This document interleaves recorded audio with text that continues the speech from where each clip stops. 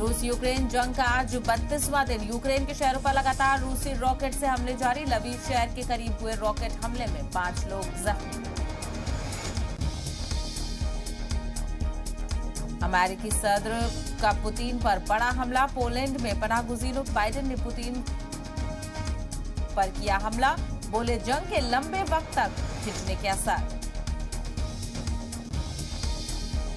जम्मू कश्मीर में दहशतगर्दों ने फिर की बुज़दिलाना हरकत। बडगाम में पुलिस के एसपीओ को भाई समेत मारी गोली। हमले में एसपीओ शहीद, भाई की हालत नाजुक। दहशतगर्दों की तलाश जारी।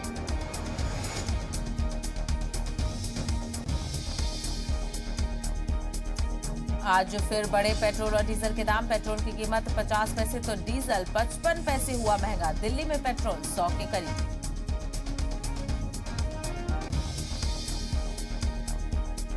आज योगी हुकूमत में वजीरों को दिए जाएंगे महकमे। महकमे के बंटवारे में 2024 के इलेक्शन का रखा जा सकता है ख्याल।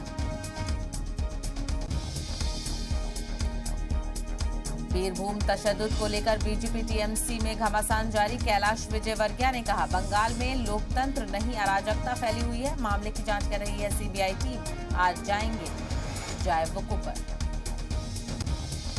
आज पीएम मोदी मुल्क से करेंगे मन की बात। सुबह 11 बजे 87वीं करेंगे मन की बात। दिल्ली में बीजेपी सदर जेपी नड्डा कारकुनान के साथ सुनेंगे प्रोग्राम।